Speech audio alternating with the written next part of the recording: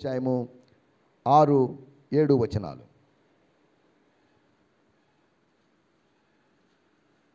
మత్తయి సువార్త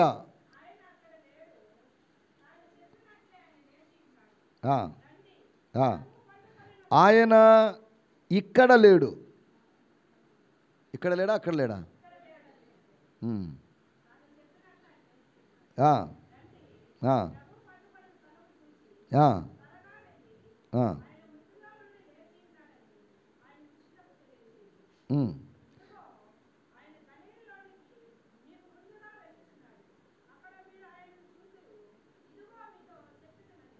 చాలండి. దేవుని స్తోత్రం. చదవండి మా మలయాళం, కన్నడ, హిందీ. మేడం రాలేదా?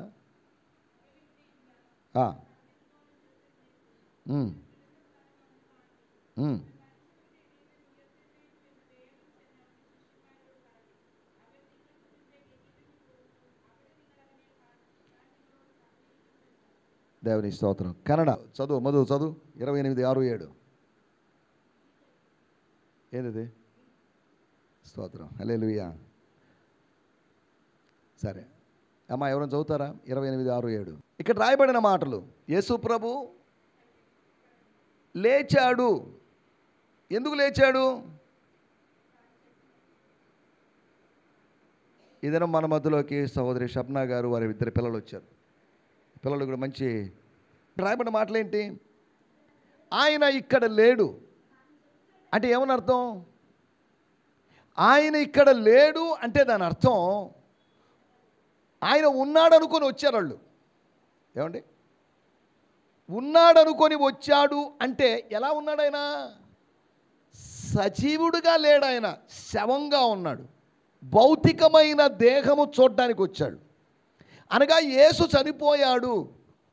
యేసు యొక్క మరణము ఆయన యొక్క మానవత్వాన్ని సూచిస్తుంది. యేసు ప్రభు యొక్క పునరుత్థానము ఆయన యొక్క దేవత్వాన్ని నిరూపిస్తుంది. దేవుని స్తోత్రం. మీకు అర్థమైంది అనుకుంటాను. యేసు ప్రభు యొక్క మరణం ఆయన యొక్క మానవత్వం. అందరూ చచ్చిపోయినట్టుగా ఆయన చచ్చిపోయాడు, మనం చచ్చిపోయినట్టుగా ఆయన చచ్చిపోయాడు. కానీ ఆయన తిరిగి లేచాడు. His death is a sign of his humanity, but his resurrection is a sign of his divinity. ఆయన యొక్క దేవత్వానికి గుర్తది. ఆయన దేవుడు కనుక లేచాడు.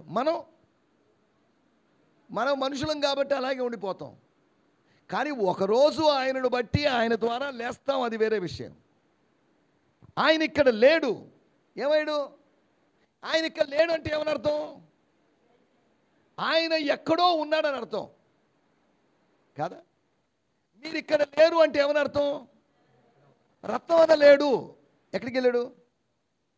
రత్నవన లేడు అనగానే వెంటనే మీరు అపార్థం చేసేసుకొని అయ్యో పాపం అంటే నేనేం చేయాలి చెప్పండి? దాని స్తోత్రం. అంటే ఆయన ఎక్కడో ఉన్నాడు. బహుశా బెంగళూరులో ఉన్నాడేమో, బహుశా జిర్రావారిపాలెంలో ఉన్నాడేమో, బహుశా ఇంకెక్కడైనా ఉన్నాడు. ఆయన ఇక్కడ లేడు అంటే ఇక్కడ మాత్రం లేడు అని అర్థం. ఎక్కడో అంటే దాని అర్థం మళ్ళీ అన్ని చోట్ల ఉన్నాడనే కాదు దాని అర్థం. ఆయన ఇక్కడ లేడంటే ఆయన బెంగళూరులో ఉన్నాడండి, జడదేవిలోను, బెంగళూరులోను, పాలెడిపాలెంలోను, పెరంకొండలోను, అన్ని చోట్ల ఉన్నాడు అని అన్నారు అనుకోండి. ఏం మాట్లాడుతున్నారా మీరు అనరా? ఏమండి? నేను ఇక్కడ మాత్రమే ఉండగలను, ఇక్కడ లేను అంటే వేరొక చోట మాత్రమే నేను ఉండగలను. ఏమంటే మీకు అర్థమవుతుందా? స్తోత్రం. మళ్ళీ ప్రశ్నలు అడుగుతా. ఇక్కడ నుంచి ప్రశ్నలు అడగాలి మిమ్మల్ని. టీపాలయ్య గారిని కూడా ప్రశ్నలు అడుగుదాం అనుకుంటున్నాను నేను. స్తోత్రం. హల్లెలూయా. స్తోత్రం. హల్లెలూయా. ఆయన ఇక్కడ లేడు అంటే ఏమని అర్థం? ఆయన లేని చోటికి ప్రజలు చూడడానికి వచ్చారు. ఆయన కేవలము మనిషి, శవంగా ఆయన ఇక్కడున్నాడు అని వాళ్ళు భావించారు. ఆయన ఉండే అవకాశం ఉందని అక్కడికి వచ్చారు. కానీ తాను చెప్పినట్లుగా, దేవుని స్తోత్రం, తాను చెప్పినట్లుగా అంటే ఆయన చెప్పిన మాటను ఏం చేశారు వీళ్ళు? వాళ్ళలో ఎవరు అమ్మాయి ఎందుకు అమ్మాయి సుగంధ ద్రవ్యాలు ఆయన లేస్తారని చెప్పి ఆయన ఎట్లా వేస్తాడు? మరి పిచ్చి మాటలు కాకపోతే ఆయన ఏదో నోరుసారి అని ఉండొచ్చులేండి ఆయన లేస్తానని. ఆయన చెప్పిన మాటను ఎవరు నమ్మలేదు. ఆయన చెప్పిన మాటను నమ్మలేదు. ఆయన తాను లేస్తాను అని చెప్పినట్టు లేఖనాలను గ్రహింపలేదు. ఆయన చెప్పిన మాట మాత్రం కొందరికి మాత్రమే గుర్తుంది. చదవండి మత్తయి సువార్త 27వ అధ్యాయము 1వ వచనం. మత్తయి సువార్త 27:63. వంచకుడు ఎవరు? మోసగాడు ఎవరు? స్తోత్రం. విశ్వాసులు తప్పు చెప్పి ఆ వంచకుడు సజీవుడై ఉన్నప్పుడు, అనగా ఆ వంచకుడు ఇప్పుడు ఏమయ్యాడు? వంచకుడు అని నా ప్రభువు ప్రజల చేత అవమానానికి గురాడు. వంచకుడు అని పిలువబడ్డాడు ఆయన. వంచకుడు అంటే ఏమనర్థం? ఏం చేశాడు మీకు వంచన? చచ్చిపోయిన వాళ్ళు తిరిగి లేపాడు, అదేనా వంచన? 5 రొట్టెలు 2 చేపలు 5,000 మందికి పెట్టాడు, అదేనా వంచన? ఏమండి? పరలోక రాజ్య మర్మాలు వాళ్ళకి తెలియజేశాడు, అదేనా వంచన? ఏంటి యేసు చేసిన వంచన? 4 సువార్తలు మీరు ఎత్తకండి, యేసు చేసిన వంచనకు ఒక్క ఉదాహరణ కూడా నాకు కనిపించలేదు. కానీ వీళ్ళు అంటున్నారు ఆ వంచకుడు ఏం చేశాడంట? ఆ వంచకుడు బతికి ఉన్నప్పుడు 3 దినములైన తర్వాత చెప్పినది మేము దాన్ని మర్చిపోలేదు, మా జ్ఞాపకం ఉంది. వీళ్ళకే జ్ఞాపకం లేదు. ఎవరికి? ఏ స్త్రీలకి, సుగంధ ద్రవ్యాలు పూసిన వాళ్ళకి, 3.5 సంవత్సరం తిరిగిన వాళ్ళకి. వీళ్ళ మధ్యలో యేసు ప్రభు ఒక్కసారి చెప్పాడేమో, అది గుర్తుంది వాళ్ళకి. యేసు ప్రభు యెరూషలేము వచ్చినప్పుడల్లా వాళ్ళకి మాటి మాటి చెప్తున్నాడు. వాళ్ళకి కనీసం చాలాసార్లు చెప్పాడు. బహుశా సంవత్సరానికి 3 సార్లు ఆయన యెరూషలేముకు వచ్చేవాడు. 3 సంవత్సరాలంటే 9 సార్లు వచ్చాడు. ఇంకొక అర సంవత్సరంలో ఒకసారి కూడా వచ్చి ఉంటాడు. 10 సార్లు, కనీసం 10 సార్లు వాడితో చెప్పిన మాట, మనుష్య కుమారుడు దుష్టులైన మనుషుల చేతికి అప్పగించబడతాడు, లేస్తాడు అని వీళ్ళకి 10 సార్లు చెప్పినా వాళ్ళకి గుర్తు రాలేదు. కానీ ఎవరికంటే గుర్తొచ్చింది? 62వ వచనం.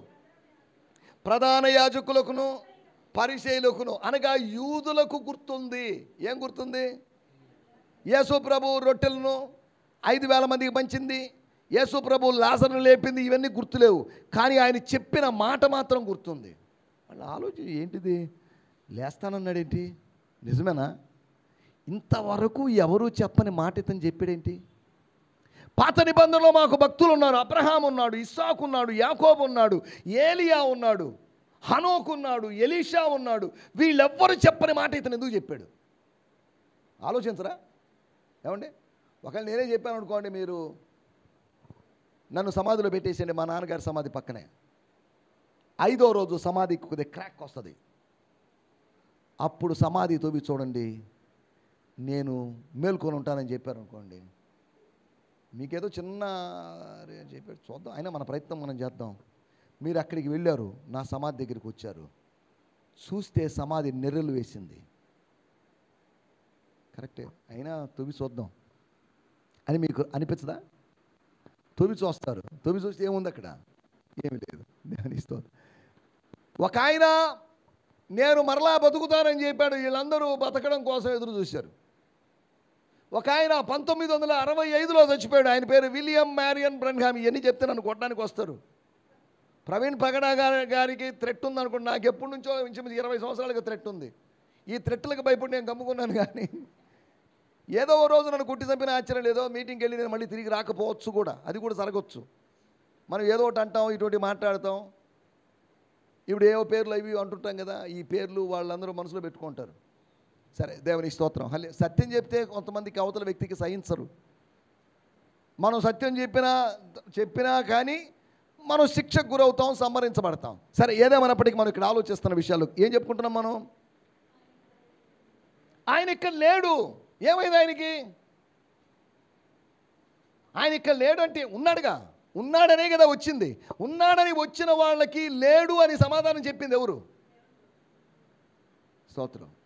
వాళ్ళు అన్నారట, మాకు గుర్తుందండి, మేము ఇప్పటికే మర్చిపోలేదండి. ప్రధాన యాజకులు, 2 ప్రధాన యాజకులు. సాధారణంగా ఒక్క ప్రధాన యాజకుడే ఉండాలి, కానీ యేసు ప్రభు కాలంలో 2 ప్రధాన యాజకులు ఉన్నారు.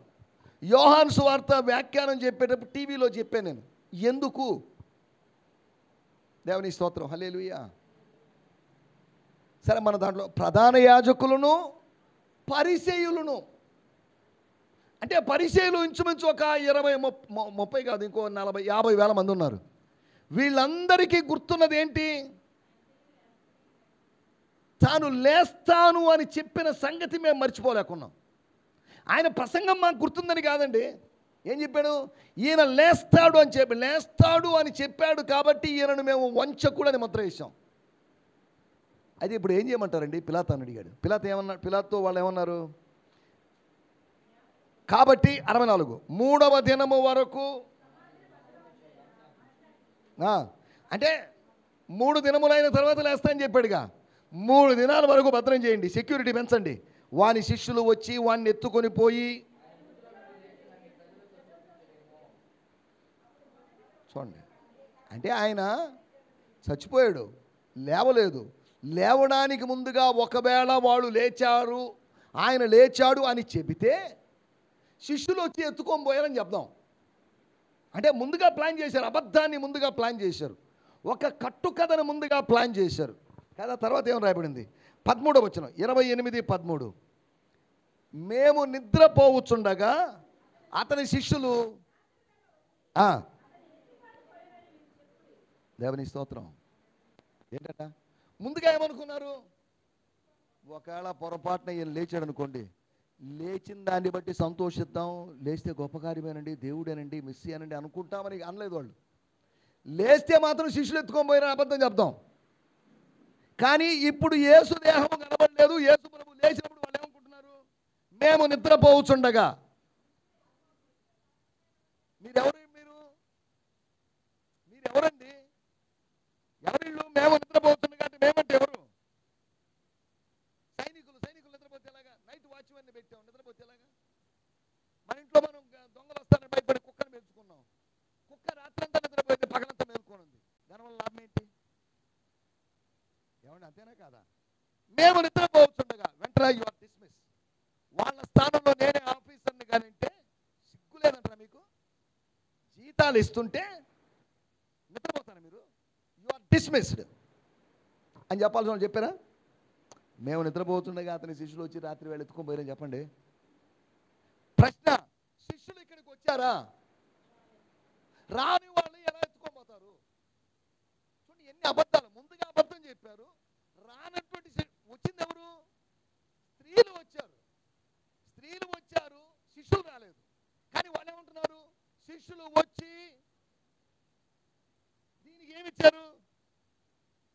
12వ వచనం, కాబట్టి వారు పెద్దలతో కూడి వచ్చి ఆలోచన చేసి, దేనికి? అబద్ధం చెప్పడానికి మీకు డబ్బులు ఇచ్చారు, సత్యం చెప్పడానికి కాదు. ఏమిచ్చారంట? సార్ మేము చెప్తే ఒకవేళ పిలాతు సార్ కోపం వస్తే డబ్బు తీసుకోండి, అబద్ధం చెప్పండి బాబు, సత్యం మిమ్మల్ని ఊడు చెప్పన్నాడు. దేవుని స్తోత్రం. ఏం జరిగింది దానివల్ల ఏం జరగలేదా? 15వ వచనం, అప్పుడు వారు ఆ ద్రవ్యము తీసుకొని, వాళ్ళ బోధ కాదు ఇది, సొంత బోధ కాదు అది, స్వర్గము బయలుపరిచిన బోధ కాదు అది, వేరే వాళ్ళు ఎవరో ఊదితే కదా, చిలక పలుకుల్లాగా వాడు బలికిస్తే వీడు బలికాడు కదా. యేసు ప్రభు చెప్పిన మాట చూడండి, నేను చేసే బోధ నాది కాదు, నా తండ్రిదే. వీళ్ళు చెప్పిన బోధ ఎక్కడిది? అపవాది బోధ. వాళ్ళు ఏమన్నారు? వారు ఏం తీసుకున్నారు? సార్ డబ్బులు వదిలేండి, మేము ఫ్రీగా అబద్ధం చెప్తాం అన్నారా? ద్రవ్యం తీసుకొని, ఏం ద్రవ్యం? ఎంత ద్రవ్యం? చాలా ద్రవ్యం తీసుకొని, 10,000 చాలదండి, 50,000 అని ఇవ్వండి సార్ కదా. చాలా ద్రవ్యం తీసుకొని బోధించబడిన ప్రకారం చేసిరి. ఈ మాట అంటే ఏమని అర్థం? ఏ మాట? ఒక అబద్ధం. ఆయన లేవలేదు, ఆయనను ఎత్తుకొని పోయారు అనేటువంటి అబద్ధం నేటి వరకు యూదులలో ఏమైందట? ఆయన లేచాడు అనే సంగతి ప్రసిద్ధి కాలేదు, ఆయనని ఎత్తుకొని పోయారు. దీన్ని ఏమంటారంటే ఇంగ్లీష్లో స్టోలన్ థియరీ అన్నారు. దొంగలించినటువంటి సిద్ధాంతం, దొంగలింపు, అపహరణ సిద్ధాంతం ఇది. మేము నిద్రపోతున్నాం, వాళ్ళు ఎత్తుకొని పోయారు. చనిపోతున్న సమయానికి ఒక్కడు కూడా లేనోడు అంతమంది సైనికుల కాపలాలో వచ్చి ఉండగలరా? రాగలరా? ఎత్తుకొని పోగలరా? ఎత్తుకొని పోవాలంటే రాయిని దొల్లించాలి, రాయిని దొల్లించాలంటే కనీసం 10-20 మంది మనుషులు కావాలి. చరిత్ర నేను చదివాను, అపోస్తుల కార్యములు 3వ అధ్యాయంలో శృంగారం అనేటువంటి దేవాలయము ఆ ద్వారము చూశారు, అక్కడ గేట్ ఉందట. ఆ గేటుని ప్రతిరోజు ఉదయం 20 మంది మనుషులు వచ్చి దాన్ని నెట్టేవాళ్ళంట గేటు. మళ్ళీ రాత్రి అయ్యేసరికి 20 మంది దాన్ని క్లోజ్ చేసేవాళ్ళంట. ఆ గేట్ క్లోజ్ చేయడానికి ఎంతమంది కావాలి? ఆ గేట్ ఉంది, ఎంతమంది కావాలి? మీ చిటికెన వెళ్తే దాన్ని దోసేయచ్చు కదా. కానీ ఆ గేట్ని ఎంతమంది? 20 మంది తోసివేసినట్టు అంత పెద్ద గేట్ అది. ఇప్పుడు రాయి కూడా ఎలా ఉంటుంది? గేటే పెద్దదైతే రాయి ఎలా ఉంటుంది? ఆయన శిష్యులు వచ్చి, సరే సమాధికి ముందు ఎంతమంది శిష్యులు ఉన్నారు అక్కడ? యోహాను సువార్త 19వ అధ్యాయంలో ఒకే ఒక్క శిష్యుడు ఉన్నాడు. ఆయన ఎత్తుకొని పోగలడా? చూడండి, వాళ్ళు చెప్పిన వాటిలో లాజిక్ లేదు, వాళ్ళు చెప్పిన దాంట్లో అర్థం లేదు. అబద్ధం చెప్పేటప్పుడు ఆయన అందంగా చెప్పాలంట కదా. స్తోత్రాలే. పొంతం లేకుండా మాట్లాడామనుకోండి, మనకు మీరు చెప్పిన దానికి దీనికి సంబంధం లేదు. వాళ్ళు అబద్ధం చెప్పారు, ప్రవీణ్ పగడాల అనేటువంటి చంపేసి. ఒకవేళ బండి కానీ పక్కన పెట్టేసి ఉంటే ఇది యాక్సిడెంటేనండి అని ఉండేవాళ్ళు. కానీ బండి ఏకంగా ఆయన మీద పెట్టేశారు. చచ్చిపోబోతున్నాడు, లాస్ట్ మూమెంట్లో అద్దాలు తీసేసి మాస్క్ తీసి పక్కన పెట్టి దాని మీద పెట్టి చచ్చిపోతారేంటి? ఏమండి చూడండి, ఎంత దారుణంగా అబద్ధాన్ని వాళ్ళు సత్యం చేస్తున్నారు. చూడండి, మనం సత్యాన్ని సత్యంగానే చూపిద్దాం, అబద్ధాన్ని సత్యం చేయాల్సిన అవసరం లేదు. సత్యాన్ని అబద్ధం వాళ్ళు చేస్తున్నప్పుడు సత్యాన్ని ఏం చేస్తున్నారు వాళ్ళు? ఏ శుభ్రం లేదండి. అసత్యాన్ని ఏం చేస్తున్నారు వాళ్ళు? దేవుని వాక్యంలో రాయబడింది, మంచిని చెడు అని, చెడును మంచి అని ఎంచువానికి శ్రమ అని రాయబడింది యెషయా గ్రంథం 5వ అధ్యాయంలో. సత్యాన్ని అసత్యం చేసినా, అసత్యాన్ని సత్యం చేసినా వాడికి ఏంటి? శాపం. ఎంత పచ్చి అబద్ధం అది! చిన్న ఇంచుమిదో 10 కాస్త దూరంలోనే పోతుండగానే బండి ఒక చోట, మనిషి ఒక చోట పడతాడు. కానీ కరెక్ట్గా బండి 250 కిలోలు ఉన్న బండి 80 కిలోలు ఉన్న మనిషి మీద కరెక్ట్గా అలా పైనుంచి ఎగిరి 50 అడుగులు, లేకపోతే 5 అడుగులు 10 అడుగులు దాకా ఎగిరింది. ఏంది ఇవన్నీ చెప్పడంలో అర్థమేముంది? ఎన్ని అబద్ధాలు చెప్తున్నారు వీళ్ళు. దేవుని స్తోత్రం, హల్లెలూయా. ఇప్పుడు ఇలా చెప్తే నా మీద కూడా కేసు పెట్టేయచ్చు వాళ్ళు. ఫైల్ క్లోజ్ చేశారు, ఆ కేసు క్లోజ్ చేశారు, మాట్లాడిన వాళ్ళ మీద చర్యలు తీసుకుంటాం అని అన్నారు. చెప్పండి, మీరు అబద్ధాలు చెప్తారు, మీ అలవాటు అది. అబద్ధములకు జనకుడైనట్టు అపవాది మీ తండ్రి. కానీ మీ దగ్గర నుంచి మేము సత్యాన్ని ఆశించడం లేదు. కానీ మరి 100కి 100 అబద్ధాలు ఏంటండి? కనీసం ఒక్క సత్యం అని చెప్పారా మీరు? సత్యం చెప్పడం లేదు వీళ్ళు. దేవుని స్తోత్రం, హల్లెలూయా. ప్రతి యాక్సిడెంట్లో గమనించండి, బండి ఒక చోట, మనిషి ఒక చోట, బండి ఒక చోట, మనిషి ఒక చోట. ఇప్పటి వరకు ఆంధ్రప్రదేశ్లోనూ ఇండియాలో జరిగినట్టు రోడ్ యాక్సిడెంట్లో ఏ బండి అలాగే మనిషి మీద కరెక్ట్గా పెట్టబడిన చరిత్ర ఉందా? యాక్సిడెంట్ల హిస్టరీ మొత్తం తీయండి అంటున్నారు. లేదు. దేవుని స్తోత్రం. ఎన్ని అబద్ధాలండి. ఆయన లోపల వేసుకున్న బనియన్ కలర్ ఒకటి, అక్కడ ఉన్నట్టు కలర్ ఒకటి, ఆ యూట్యూబ్లో లేకపోతే సీసీ ఫుటేజుల్లో. పోలీసు వాళ్ళు నిన్న ఎవడో ఒకడు, నేను అప్పుడప్పుడు మీకు పెట్టను కానీ గ్రూపుల్లో కొంతమందిని విమర్శిస్తుంటాను నేను ఫేస్బుక్లో. అది హత్యో యాక్సిడెంటో తెలియకముందే మనం మాట్లాడకూడదు, దాన్ని తేల్చాల్సింది వాళ్ళు. ఎవరు? అమ్ముడు పోయిన వాళ్ళు తేల్చిందాన్ని నువ్వెందుకు నమ్ముతావు? వాళ్ళు అమ్ముడు పోయారు. పోలీస్ డిపార్ట్మెంట్ అమ్ముడు పోయింది. ఐజీ అనేటువంటి అమ్ముడు పోయాడు. వాళ్ళకి డబ్బు కావాలి, వాళ్ళకి సత్యం కాదు కావాల్సింది. ఒక మనిషి దారుణంగా చంపబడ్డప్పుడు, అదే గోవు చచ్చిపోతే మాత్రం గోల చేసిండే వాళ్ళు ఏమగోల. కానీ ఇప్పుడు ఒక మనిషి చచ్చిపోయినా కానీ ఈ భారతదేశంలో క్రైస్తవుని విలువ ఆవు కన్నా పంది కన్నా చాలా తక్కువ. చూసారా ఎంత దారుణం. వాడెవడో అఘోరి అనేవాడు, వాడు ఎత్తుకొని పోతుంటే, వాడు బెదిరిస్తుంటే, క్రైస్తవుల్ని ఊచకోత కోస్తా, ముస్లిమ్స్ని ఊచకోత కోస్తా అంటుంటే ఆస్వాదించినటువంటి సోషల్ మీడియా కదా. దేవుని స్తోత్రం, హల్లెలూయా. నేను రక్షింపబడ్డానికి ముందు విద్యార్థి ఉద్యమాల్లో ఉండి డిఎస్ఓ డెమోక్రటిక్ స్టూడెంట్స్ ఆర్గనైజేషన్ అనేటువంటి ఉద్యమాలు తిరిగిన వాడు. నాకు కొద్దిగా విప్లవ భావాలు ఉన్నాయి. నన్ను తప్పుగా అర్థం చేసుకోవద్దు. Where is the logic? మీరు చెప్పేవాటి లాజిక్ సరే, వాళ్ళ సంగతి వదిలేసేయండి. ప్రభువును చంపినటువంటి ప్రియ సోదరులారా, మిత్రులారా, కాబోలు వాళ్ళు చెప్పింది అబద్ధం. సరే, మీరు ఎలా ఉన్నారు? మీరేం మేము నిద్రపోవచ్చు ఉండగా నిద్రపోయారు మీరు. ఏమని రాబడింది అక్కడ?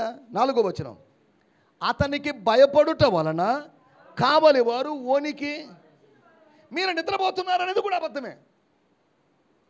మీరు ఎలా ఉన్నారని రాబడింది అక్కడ? చచ్చిపోయినట్టుగా పడిపోయారు, శవాలు పడిపోయినట్టు పడిపోయారు. ఆయన సజీవుడిగా లేస్తే మీరు శవాలు అయిపోయినట్టు అయిపోయారు. కానీ మీరు చెప్పింది ఏది నిజమేది? ఒక్క నిజమని ఉందా? దేవుని స్తోత్రం. మనమే ఇన్ని అబద్ధాలు చెప్తున్నాం, అటువంటిది ఒక అన్యుడు అబద్ధం చెప్పాడు అంటూ అందులో ఉన్న ఆశ్చర్యం ఉందా ఏంటి? మనమే నోరు తెరిస్తే అంత అవలీలాగా అబద్ధాలు చెప్పేస్తున్నాం. అబద్ధాలు చెప్పడమే కాదు, అబద్ధాలు పాడేస్తాం. ప్రభు కోసం జీవిస్తాం అంటున్నారు. ప్రభు కోసం జీవిస్తాననేటువంటి ఒక ఆమె, స్వార్థ సేవ అంటున్నటువంటి ఆమె బైకులో పోమంటే పోలేదు కదా. ఇది సమర్పణ.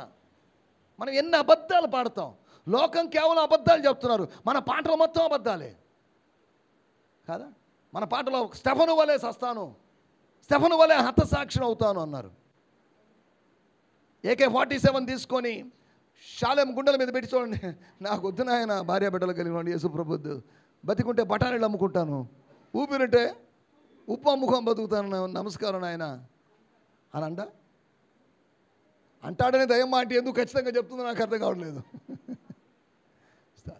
ఆయనే కాదు, మనమైనా అంతే. మనకు ప్రాణం మీద తీపి ఎక్కువ. మన ప్రాణాల్ని మనం ప్రేమిస్తున్నాం కదా. సరే, మనం ఇక్కడ ఆలోచిస్తున్న విషయాల్లోకి వచ్చేద్దాం. ఈ స్టోరీ, ఈ డ్రామా, ఈ ఫ్యాబ్రికేటెడ్ స్టోరీ, వారు అల్లినటువంటి ఈ కథనం అతికినట్టుగా లేదు. చూడండి, అక్కడ రాయబడిన మాట, ఒక మాట చెప్పి నేను కాస్త ముందుకెళ్తాను. ఈ మాట యూదులలో వ్యాపించి, అంటే ఏమని అర్థం? అది ఎప్పుడు జరిగింది? క్రీస్తు శకం 34లో జరిగింది. ఇది ఇంచుమించు 50-60లో రాయబడింది మత్తయి సువార్త. అనగా సుమారు 26 సంవత్సరాలు, లేదు అంటే మొదటి శతాబ్దము చివరి వరకు ఇంచుమించు 66 సంవత్సరాలు ఇదే కట్టుకథను చెప్పుకోవడం ఆరంభించారు. ఈ కట్టుకథను నిర్వీర్యం చేసింది దేవుని యొక్క సువార్త. దేవుని స్తోత్రం. సువార్త యొక్క ఒక ఉద్దేశం ఏంటంటే తెలుసా? అసత్యాన్ని, అబద్ధాన్ని సంహరించడమే, దాన్ని సిలువ వేయడమే, దాన్ని సమాధి చేయడమే. దేవుని స్తోత్రం. హల్లెలూయా. మీకు విషయాలు అర్థమవుతున్నాయి అనుకుంటాను. సరే, ఏదేమైనప్పటికీ ఇందులోంచి నేను 4 విషయాలు మీకు జ్ఞాపకం చేయబోతున్నాను. 4 సువార్తల్లోంచి 4 విషయాలు మీకు జ్ఞాపకం చేయబోతున్నాను. The results of resurrection. Yesu ప్రభు లేవడం వల్ల ఏం జరిగింది? ఏమైనా జరిగిందా? ఏం జరిగింది? ఏమైనా జరిగిందా లేదా? ద రిజల్ట్స్ ఆఫ్ రిజరెక్షన్, పునరుత్థానము యొక్క ఫలితాలు. ఏమండి? నెంబర్ 1, మొట్టమొదటి ఫలితం ఉందా? ఫలితం ఉందంటారా లేదంటారా? ఏం ఫలితం? లేదా ఫలితం అంటే ఏంటి? ఫలితం అంటే ఏంటండి? ఏదో చెప్పండి. వాళ్ళు అది కాదనో ఇది కాదని చెప్తే పర్లేదు, వీళ్ళు వెంటనే స్పందిస్తున్నారని ఆన్లైన్లో వినేవాళ్ళు అనుకుంటారు. స్తోత్రం. ఫలితం అంటే ఏంటి? What is the benefits are the results are the outcomes of resurrection? Number 1, స్తోత్రం. హల్లెలూయా. చదవండి, ఇదే 9వ వచనం, మత్తయి సువార్త 28వ అధ్యాయము.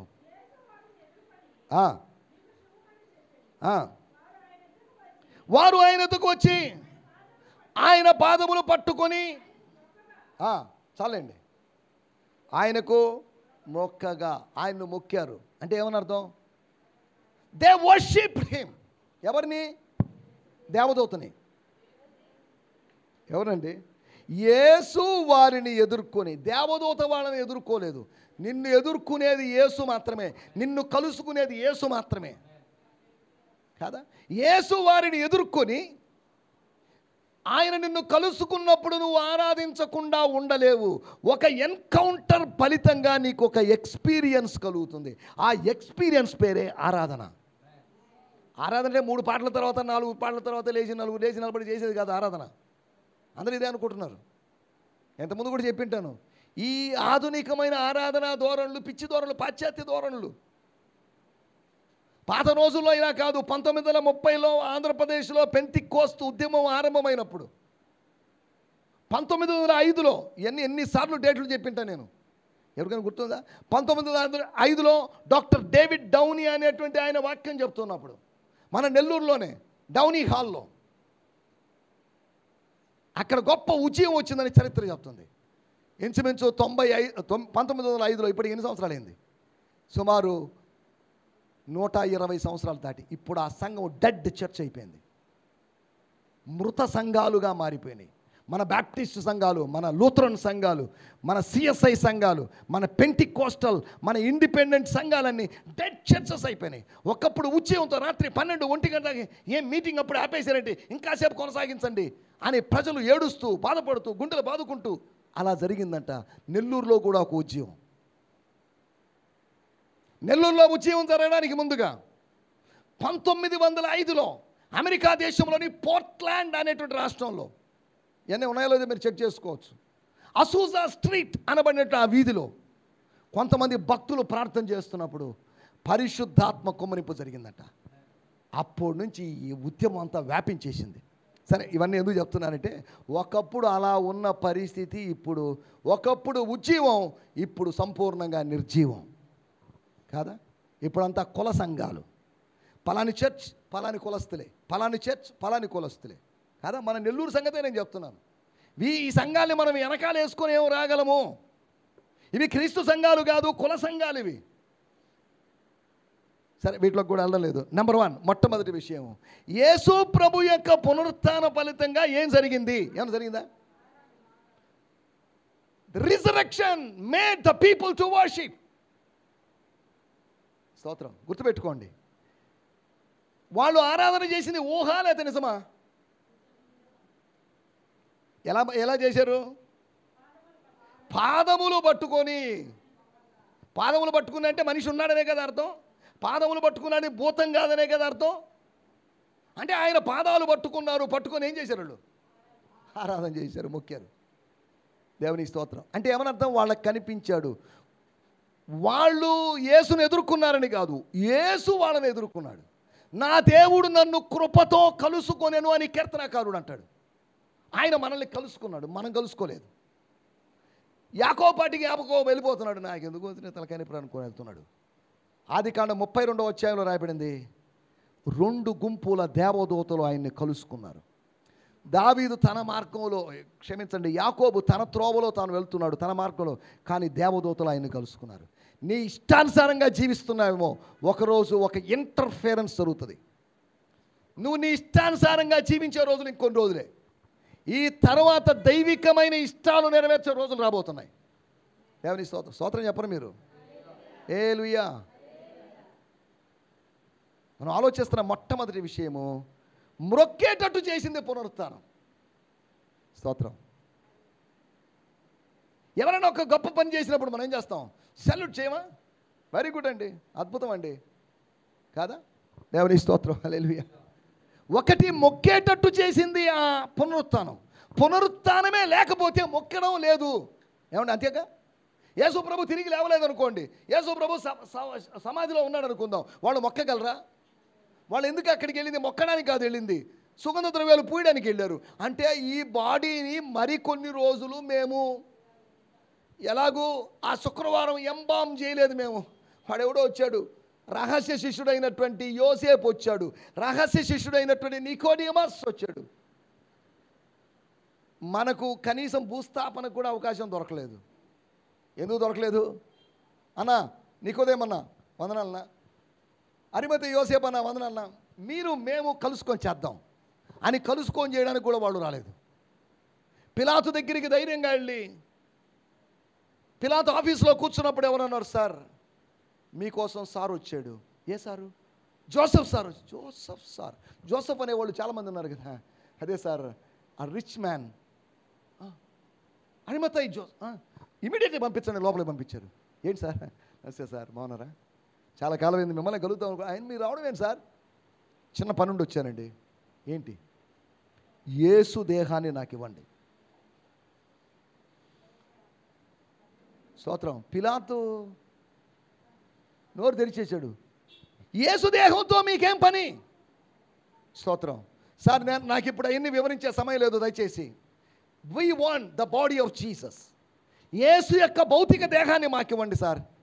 బతికున్నప్పుడు నేను ఆయనకి ఏమీ చేయలేకపోయాను, కనీసం చనిపోయినప్పుడన్నా కొన్ని అంత్యక్రియలు, కొన్ని నివాళులు అర్పించే అవకాశం కల్పించండి సార్ ప్లీజ్ అని రిక్వెస్ట్ చేసుకున్నారు కదా. దేవుని స్తోత్రం. హల్లెలూయా. నంబర్ 1, పునరుత్థానము అనేది ప్రజలను ఆరాధనలోకి నడిపించింది, ప్రజలను మొక్కే అనుభవంలోకి నడిపించింది. పునరుత్థానం లేదా? యేసుప్రభు చచ్చిపోయి ఇంకా సమాధిలో ఉన్నాడు అనుకోండి, ఈ ఆదివారం మనం ఇక్కడ ఆరాధన చేయం అని ఏడుస్తూ కూర్చుండేవాళ్ళం. మనకొక ఏడుపు లేదు, మనకొక సంతోష గానం ఉంది. కానుండే హీ హెస్ రిసన్. ప్రతి సమాధి మూయబడి ఉంటే ఆయన సమాధి తెరవబడింది. దేవుని స్తోత్రం. మీరు అడగొచ్చు, నేను ఒక చిన్న మాట కూడా చెప్తాను. యూట్యూబా ఫేస్బుక్కా బాబు? రికార్డు, సరే ఏదైనా కానివ్వండి. మీరు అడగొచ్చు, అది యేసుప్రభు సమాధి అని మీకు ఎలా తెలుసు? మీరు చూసారా? దానికి ప్రూఫ్స్ ఏంటి? కొన్ని లక్షల మంది ఆ సమాధి, లక్షలు కోట్ల మంది కూడా ఆ సమాధిని చూసి వచ్చారు. అది ఆయన సమాధి అనడానికి గ్యారెంటీ ఏంటి? సైన్స్ ఎదిగింది. C14 కార్బన్ డేటింగ్ అనేటువంటి సిస్టమ్ అవుతుంది. ఆ బాడీ ఉంచినప్పుడు ఎంతసేపు ఉంచారు ఏంటి అనే వివరాలు దాని ద్వారా తెలుసుకుంటారు. ఒక చెట్టు పడిపోయింది, దాని ఏజ్ చెప్పలేమా? ఎలా చెప్తున్నాం? ఆ ట్రంక్లో రింగ్స్ ఏర్పడతాయి. అలాగే ఈ బాడీ ఉంచబడిన కార్బన్ డేటింగ్ సిస్టమ్ ప్రకారం ఇప్పుడు చెప్తున్నారు, ఎక్కడో దొరికింది, ఒక గుడ్డు దొరికింది, ఒక శిలాజం దొరికింది, డైనోసార్స్ గుడ్డు దొరికింది. ఆ గుడ్డు ఇప్పటిది కాదండి, 150,000 సంవత్సరాలు అని చెప్పడం లేదా మీ సైన్స్? మీ సైన్స్ ప్రకారం, మీ సైన్స్ దారిలోనే వస్తున్నాం. ఆ సమాధిని ఆ టెస్ట్ చేసినప్పుడు, yes that's true, a man was laid here for few days. దేవుని స్తోత్రం, హల్లెలూయా. మనం మాట్లాడే మాటలు ఊరికే పెట్టకథలుగా కట్టుకథలుగా చెప్పుకోవడం లేదు. మనం దీనికి శాస్త్రీయమైన వివరాలు, ఆధారాలు ఇస్తున్నాం. మనం హిస్ రిజరెక్షన్ ఈస్ రియల్. దాన్ని కట్టుకథగా చేయాలనుకున్నారు, కానీ కట్టుకథగా చేయలేకపోయారు వాళ్ళు. స్తోత్రం. ఒకటి, నంబర్ 1, ఆయన లేవడం వల్ల పునరుత్థానం యొక్క ఫలితం ఏంటంటే ప్రజలు ఆయన్ని మొక్కారు. స్తోత్రం. ఇప్పుడు సాగిలపడి మొక్కుతున్నాం, సమాధిలో ఉన్న దేవుణ్ణి కాదు. కాదా? రొట్టెల పండుగ ఏం చేస్తున్నారు? తెరవబడిన సమాధుల మీద పూజ చేసింది ఇక్కడ లేదు.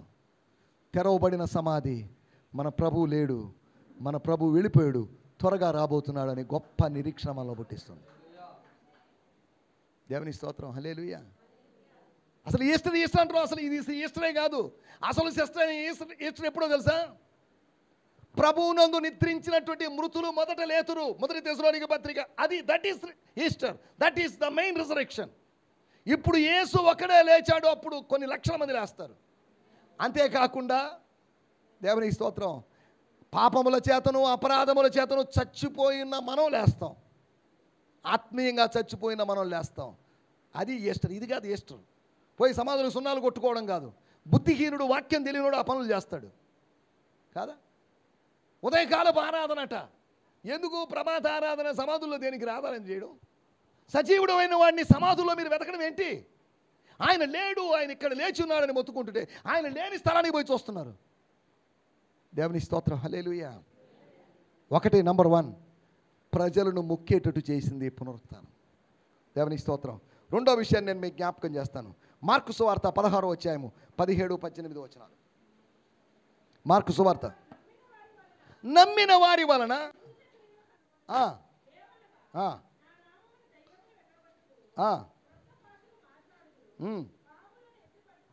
దేవుని స్తోత్రం, హల్లెలూయా. 2 వచనాల్లో 5 విషయాలు రాయబడ్డాయి. ఏం రాయబడ్డాయి అక్కడ? ఎవరి వలన? ఏమి నమ్మిన వారి వలన? ఏమండి, ఏమి నమ్మిన వారి వలన? నన్ను నేను నమ్మాను, నా వలన కాదు. నేను దయ్యమాంటిని నమ్మాను, దాని వలన కాదు. నేను ప్రధానమంత్రినో ముఖ్యమంత్రినో నమ్మాను, దాని వలన కాదు. వారి వలన అని కాదు. ఎవరి వలనట? దేవుని స్తోత్రం. యేసును నమ్మిన వారి వల్ల ఏం జరుగుతుందట? ఎవరు? ఎలా నమ్మారు యేసు నమ్మిన వాళ్ళు? నమ్మిన వాళ్ళు ఎవరు లేరు, కానీ నమ్మిన వాళ్ళు, శిష్యులైన వాళ్ళు ప్రకటిస్తే, ఆయన లేచి ఉన్నాడు అని ప్రకటిస్తే వాళ్ళు ఏం చేశారు? యెరూషలేములో ఏమండి ఏం చేశారు అపోస్తలులు? ఏమన్నా చేశారా? చదవండి, అపోస్తల కార్యములు 5వ అధ్యాయం 5:28.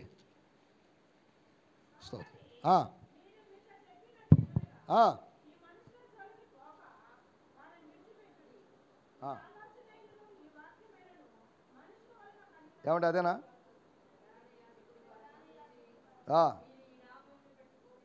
ఎస్,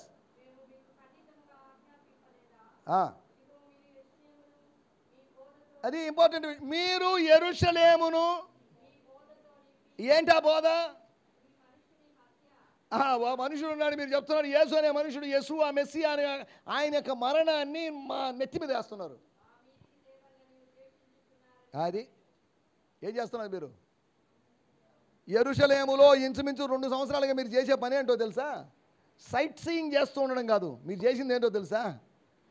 యేసు ప్రభుని మీరు చంపారు. మీరేసండి చంపింది, దానికి మేము సాక్షులం. మీరు చంపిండొచ్చు, మీరు చంపింది వాస్తవమే. దేవుడు ఆయన్ని మృతుల్లోంచి లేపింది వాస్తవమే. దేవుని స్తోత్రం, హల్లెలూయా. మీరు మీ బోధతో యెరూషలేమును నింపి, చదవన్నమాట, ఈ మనుషుడు యేసు అనే మనుషుని హత్యను ఆ రోజు ఎవడో కొట్టాడు, చంపాడు, అది కాకుండా అదిగో మీరే మీరే మీరే కాదా? దేవుని స్తోత్రం.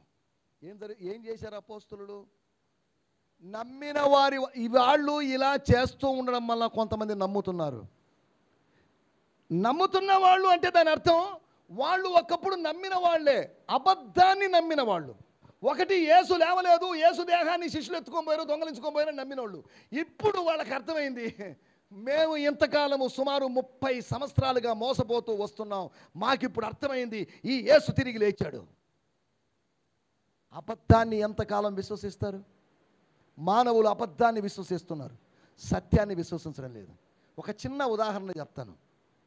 సుమారు 14 సంవత్సరాలు యాకోబు అనేటువంటి ఆయన ఒక అబద్ధాన్ని నమ్మాడు. ఏంటో తెలుసా? నీ కొడుకు చచ్చిపోయాడు, లేడు నీ కొడుకు. నీ కొడుకుని ఆ రోజు ఒక మృగం చంపేసింది, ఇదిగో గుర్తుగా ఒక వస్త్రం తీసుకొచ్చారు. ఒక అబద్ధాన్ని నమ్మి 14 సంవత్సరాలు యాకోబు బతికాడు.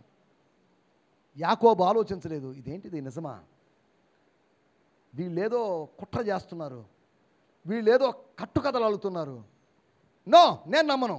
ఒకవేళ యాకోబు స్థానంలో నేను కానుంటే నేను నో, మీరు చెప్పినట్టు ఈ వస్త్రం చూపించిన, ఈ సీసీ ఫుటేజ్ చూపించినా నేను నమ్మను. ఎందుకో తెలుసా? అరే పిచ్చి మొఖాలారా, నేను నమ్మకపోవడానికి ఒకే ఒక బలమైన కారణం ఒకటి ఉంది. యోసేపుకు దేవుడు దర్శనాలు ఇచ్చాడు. ఆ దర్శనాలు నెరవేరకుండా యోసేపు చచ్చిపోవడానికి వీల్లేదు. నీకు అర్థమైందో లేదో మరి పాయింట్? స్తోత్రం. వాడికి దేవుడు దర్శనం ఇచ్చాడు, నాకు ఇచ్చాడు కాబట్టి వాడికి దర్శనం ఇచ్చాడు. వాడికి దర్శనం ఇచ్చాడంటే ఆ దర్శనం నెరవేరాలి. నెరవేరకుండా అడవిలో మృగం వాడిని ఎలా చంపుతుంది? దేవుడు ఎలా అనుమతించాడు? No, I don't believe this. ఈ వస్త్రాన్ని తీసి ఇసిరేసి, నో నో నో, వాడి దర్శనము నెరవేరుతుంది. మీరందరూ వాడి మీద అసూయపడ్డప్పుడు, ఏమరా నీకే వస్తున్నాయి కళ్ళు, మాకు రావా? ప్రశాంతంగా మునుకొని నిద్రపోవాలరా, మాకు రావడం లేదే కళ్ళు. పాప ఈ బుద్ధి లేని యోసేపు చేసిన పని అన్న, ఇస్సాకార్ అన్న, గాదన్న, ఆషేర్ అన్న, ఈ కొద్దిగా అటాచ్మెంట్లు ఎక్కువ. ఈ అటాచ్మెంట్లు ఎక్కువ వాళ్ళకి ఇటువంటి అవమానాలు ఉంటాయి. అన్న రూబేనన్నా, షిమ్యోన్ అన్న, పెద్దన్నయ్య, పెద్దోడా, ఏదిరా కళ్ళు వచ్చింది? ఏయ్ ఏంది కళ్ళు? మేమందరం నీకు మొక్కుతామా? మీరందరూ మొక్కుతారో లేదో నాకు తెలియదు, నాకు వచ్చిన కళ మీకు చెప్పాను. మా 11 మందికి రాని కళలు నీకు వస్తున్నాయింది? మరేదో నిద్రపో, రేపు కలగన్నా చెప్పడానికి లేదు. అప్పుడెప్పుడో కళలు చెప్పాడు, దానికి మా అన్న ఏం చెప్తాడు, రూబేన్ అన్న ఏం చెప్తాడో, షిమ్యోన్ అన్న ఏం చెప్తాడో, పోనీలో కొద్దో గొప్ప ఆత్మీయంగా ఉన్న లేవి అన్న ఏమన్నా చెప్తాడేమో. రేయ్ కళలు గిలలు కన్నా వాడి తాట తీసేస్తాం. ఆయన కావాలని కళలు కనలేదుగా. అడిగాడా ప్రభా నాకు కళ ఇవ్వా అని అడిగాడా? అతడు అడగకుండానే స్వర్గం అతనికి అనుగ్రహించింది. నువ్వు అడిగితే ఇచ్చేది కాదు, నువ్వు అడిగి నువ్వు పొందుకునేదాన్ని దాన్ని జీతం అంటారు. కానీ అడగకుండా ఇచ్చిన దాన్ని గిఫ్ట్ అంటారు. మనం అడుగుతుంటాం, రేపు నా బర్త్డే కదా నాకేం గిఫ్ట్ ఇస్తావు? అంతేగా, గిఫ్ట్ అనేది నువ్వు అడగకుండానే ఇవ్వాలి. షాలేం రేపు నీ బర్త్డే అంట కదా, నీకేం కావాలి అంటే ఫార్మాలిటీగా ఏం వద్దులేండి సార్ అంటాడు. ఏమండి పర్లేదులే బాబు నా సాటిస్ఫాక్షన్ కోసం.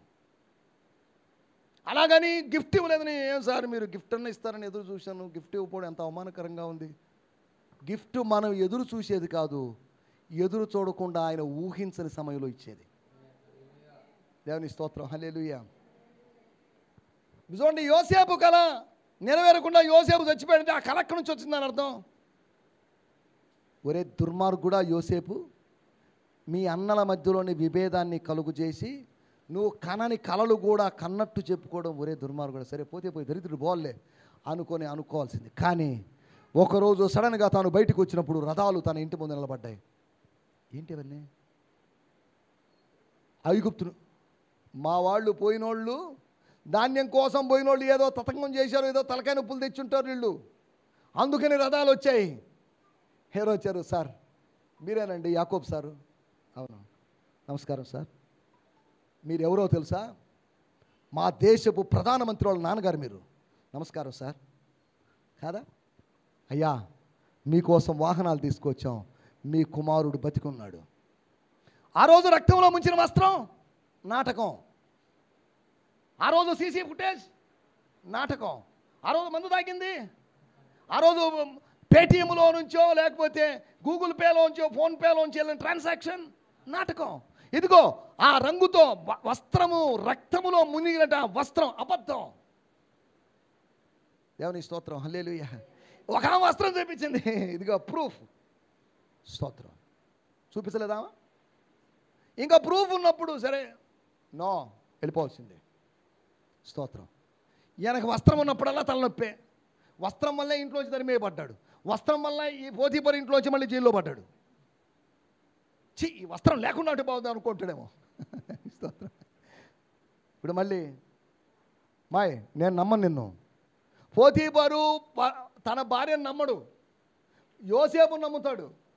అందుకనే మాయ్ నిజమేనా? ఆ కుర్రాడు అలా చేసే కుర్రాడు కాదే, ఉండబోయా నువ్వు, ఇదిగో ప్రూఫ్ చూపించేసరికి ఏమైంది ఇక? దేవుని స్తోత్రం. లోకము నకిలీ ప్రూఫ్లు తీసుకొస్తుంది కాదా? మనకు విరోధంగా చెప్పడానికి చాలామంది నకిలీ ప్రూఫ్స్ తీసుకొస్తారు.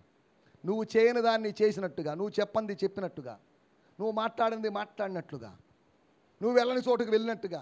షాలేమును చూసామండి మొన్న, ఆ గ్రీన్ పార్క్ బార్ అండ్ రెస్టారెంట్లో చూసాం. సీసీ ఫుటేజ్లో ఉందండి. సీసీ ఫుటేజ్ పెడితే నేనే నమ్ముతా, వెంటనే ఇంటికి పోయి తీసుకుపోయి ఉతుకుతా నేను. ఏంద్రా ఏం పనులు ఇవన్నీ కాదా? స్తోత్రం. మన ఇక్కడ ఆలోచిస్తున్న విషయాలు. రెండో విషయం, నమ్మిన వారికి ఏం జరుగుతుందట?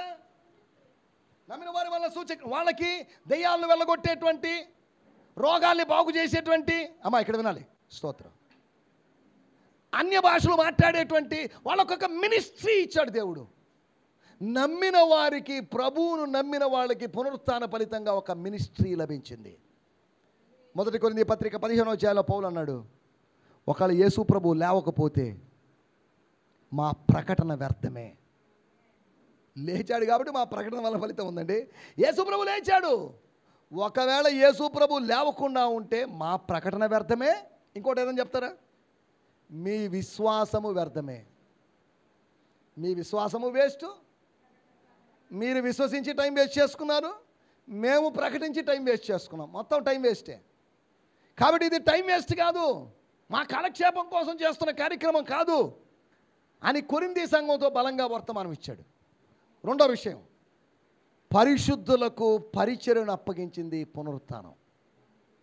The resurrection gave a ministry to the saints. పరిశుద్ధులకు పరిచర్యను అప్పగించింది. ఆయన లేచాడు కనుక మనం ప్రకటిస్తున్నాం, లేకపోతే దేవుని స్తోత్రం. మూడో విషయాన్ని నేను మీకు జ్ఞాపకం చేస్తాను. చదవండి లూకాసు సువార్తలో. లూకాసు సువార్త, ద రిజల్ట్స్ ఆఫ్ రిజరెక్షన్, 24వ అధ్యాయము 33వ వచనం. 24:33. ఏ గడియలోమా? ఒకటి, పునరుత్థానము ప్రజల్ని మొక్కేటట్టు చేసిందని, పునరుత్థానము పరిశుద్ధులకు పరిచర్యను అప్పగించిందని. నువ్వు రోగాల్ని బాగు చేయొచ్చు, దెయ్యాలను వెళ్ళగొట్టవచ్చు. వెంటనే రోగం రాగానే హాస్పిటల్కి పోవడం కాదు మినిస్ట్రీ కాదా? ఈ రోజులో ప్రపంచంలో ప్రజలకి డాక్టర్ల మీద నమ్మకం, హాస్పిటల్ మీద నమ్మకం. నాకు డాక్టర్ల మీద, హాస్పిటల్ మీద నమ్మకం లేదు. అమెరికా దేశంలో 50% మంది మిస్ట్రీట్మెంట్ వలన చచ్చిపోతున్నారు. మందులు అందక చావడం లేదు, వీళ్ళు ఇచ్చేటువంటి ట్రీట్మెంట్స్ బాగలేక చస్తున్నారు. మీ డాక్టర్లు మిమ్మల్ని చాలామందిని చంపారు. సునామీలు చంపిన దానికన్నా డాక్టర్లు చంపిన వాళ్ళ జాబితా ఎక్కువ ఉంది. కానీ స్టిల్ వి బిలీవ్ డాక్టర్స్. వాళ్ళంతా చదువుకుని ఏం లాభము? ఎంబీబీఎస్ చేశారండి, పీజీ చేశారండి, వాళ్ళని నమ్మాలి. సృష్టికర్తను మీరు నమ్మరు, కానీ పీజీ చేసిన వాళ్ళు నమ్ముతారు. ఎంత అన్యాయం అండి. మళ్ళీ మనం విశ్వాస వీరులం.